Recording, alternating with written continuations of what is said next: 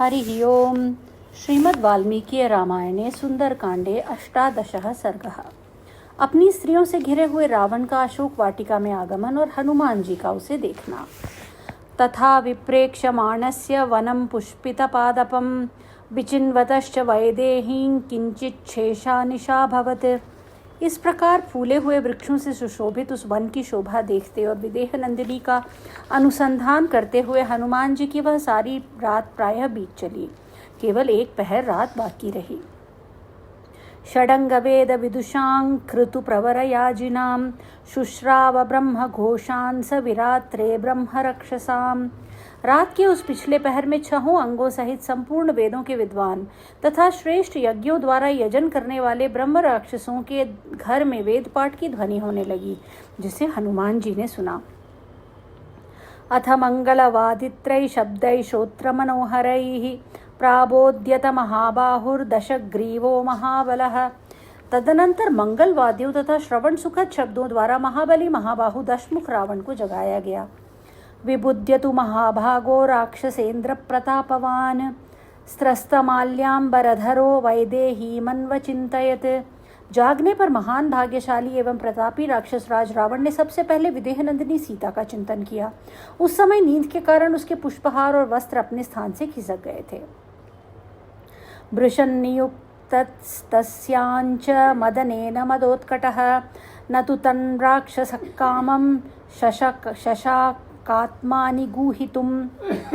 वह मदमत निशाचर काम से प्रेरित हो सीता के प्रति अत्यंत आसक्त हो गया था, अतः उस काम भाव को अपने भीतर छिपाए रखने में असमर्थ हो गया।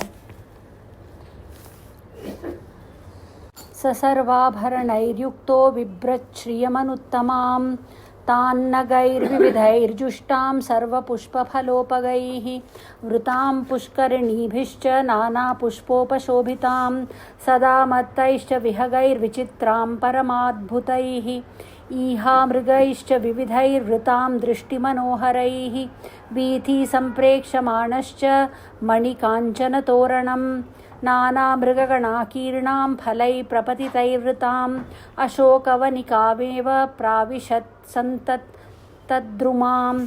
उसने सब प्रकार के आभूषण धारण किए और परम उत्तम शोभा से संपन्न हो उस अशोक वाटिका में ही प्रवेश किया, जो सब प्रकार के फूल और फल देने वाले भांति भांति के वृक्षों से सुशोभित थी। नाना प्रकार के पुष्प उसकी शोभा बढ़ा रहे थे। बहुत से सरोवरों द्वारा वह वाटिका घिरी हुई थी।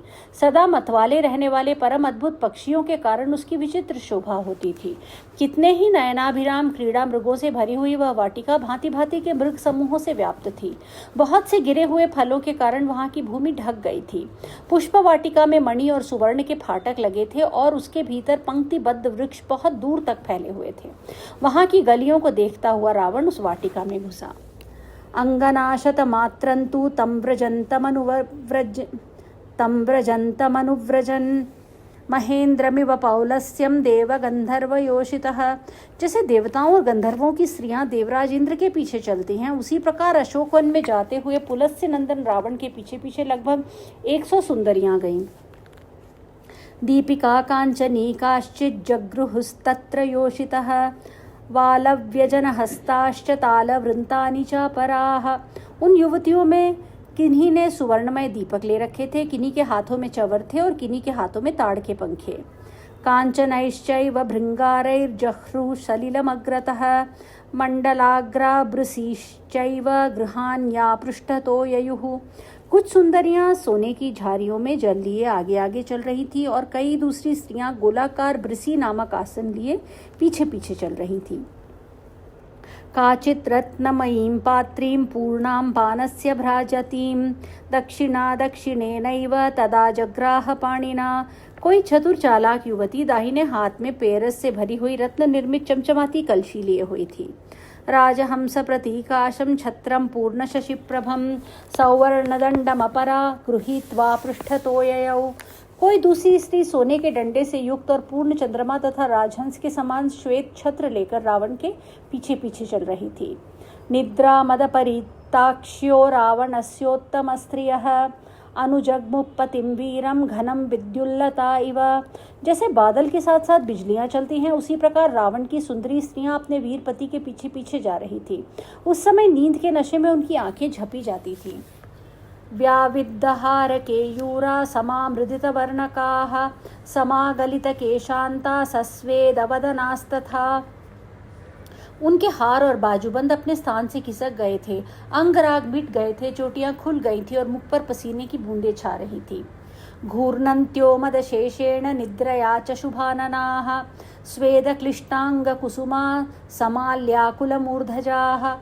वे सुमुखी स्त्रियां अवशेष मद और निद्रा से झूमती हुई सी चल रही थी। विभिन्न अंगों में धारण किए गए पुष्प पसीने से भीग गए थे और पुष्पमालाओं से अलंकृत केश कुछ कुछ हिल रहे थे। प्रयांतम नैर्तपतिम नार्यो मदिरलोचनाः बहुमानाच्च कामाच्च प्रिय भार्यास्तमन्वयुः। जिनकी आंखें मदमत्त बना देने वाली थी, वे राक्षस राज की प्यारी पत्नियां अशोक वन में जाते हुए पति के साथ बड़े आदर से और अनुराग पूर्वक जा रही थीं। सच काम परादीन पतिस्तासां महाबलः सीतासक्तमनामंदो मंदांचितगतिर्बभौः। उन सबका पति महाबली मंदबुद्धि रावण काम के अधीन हो रहा था। वह सीता में मन लगाए मंदगति से आगे बढ़ता हुआ अद्भुत शोभा पा रहा था।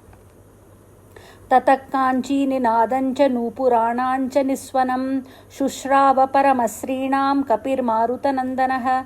उस समय वायुनंदन कपिवर हनुमान जी ने उन परम सुंदरी रावण पत्नियों की करधनी का कलनाद और नूपुरों की झनकार सुनी। तंचा प्रतिम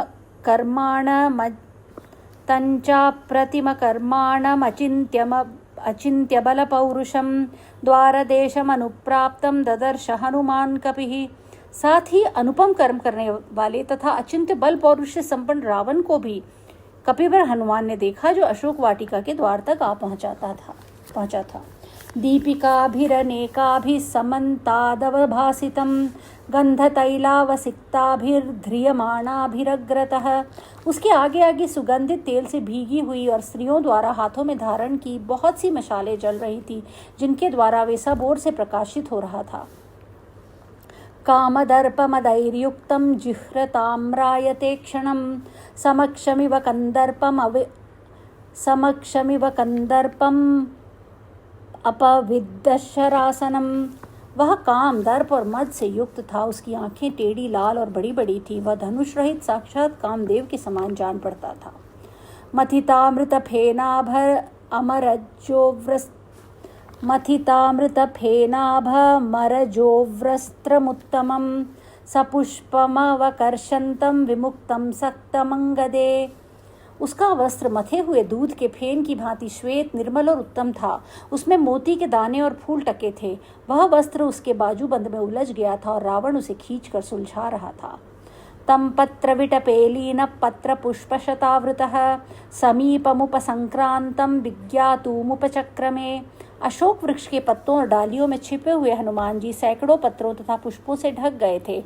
उसी अवस्था में उन्होंने निकट आए हुए रावण को पहचानने का प्रयत्न किया। अवेक्षमाणस्तु तदा ददर्श कपिकुंजरः रूपयौवन संपन्ना रावणस्य वरस्त्रियः। उसकी ओर देखते समय कपिश्रेष्ठ हनुमान ने रावण की सुंदरी स्त्रियों को भी लक्ष्य किया, जो रूप और यौवन से संपन्न थीं। ताभिः परिवृतो राजा सुरूपाभिर्महायशाः तन्मृगद्विज संघुष्टम प्रविष्ट प्रमदावनम। उन सुंदर रूप वाली युवतियों से घिरे हुए महायशस्वी राजा रावण ने उस प्रमदावन में प्रवेश किया, जहां अनेक प्रकार के पशु पक्षी अपनी अपनी बोली बोल रहे थे। क्षीबो विचित्राभरण शंखकर्णो महाबलः तेन विश्रव सत्पुत्र सदृष्टो राक्षसाधिपः। वह मतवाला दिखाई देता था। उसके आभूषण विचित्र थे। उसके कान ऐसे प्रतीत होते थे मानो वहां खूंटे गाड़े गए हैं। इस प्रकार वह विश्रवा मुनि का पुत्र महाबली राक्षस राज रावण हनुमान जी के दृष्टिपथ में आया। वृत परमनारीभिस्ताराभिरिवर्चन्द्रमाः तन्ददर्श महातेजास्तेजोवन्तं महाकपिः रावणोऽयं महाबाहुरिति संचिन्त्य वानरः सोऽयमेव पुराशेते पुरमध्ये गृहोत्तमे अवप्लुतो महातेजा हनुमान् मारुतात्मजः। ताराओं से घिरे हुए चंद्रमा की भांति वह परम सुंदरी युवतियों से घिरा हुआ था। महातेजस्वी महाकपि हनुमान ने उस तेजस्वी राक्षस को देखा और देखकर यह निश्चय किया कि यही महाबाहु रावण है। पहले यही नगर में उत्तम महल के भीतर सोया हुआ था। ऐसा सोचकर वे वानरवीर महातेजस्वी पवन कुमार हनुमान जी जिस डाली पर बैठे थे वहां से कुछ नीचे उतर आए, क्योंकि वे निकट से रावण की सारी चेष्टाएं देखना चाहते थे। स तथाप्युग्र तेजास निर्धूतस्तस्य तेजसा पत्रे गुह्यांतरे सक्तो मतिमान संवृतो भवत। यद्यपि मतिमान हनुमान जी भी बड़े उग्र तेजस्वी थे, तथापि रावण के तेज से तिरस्कृत से होकर सघन पत्तों में घुसकर छिप गए। सतामसित केशांतां सुश्रोणीं संहतस्तनीं दिदक्षुरसितापांगी मुपावर्तत रावणः। उधर रावण काले केश, कचरारे नेत्र, सुंदर कटिभाग और परस्पर सटे हुए स्तन वाली सुंदरी सीता को देखने के लिए उनके पास गया। इत्यार्षे श्रीमद् रामायणे वाल्मीकि आदि काव्ये सुंदरकांडे 18 सर्गः। इस प्रकार श्री वाल्मीकि निर्मित आर्ष रामायण आदि काव्य के सुंदरकांड में 18वां सर्ग पूरा हुआ। हरि ओम।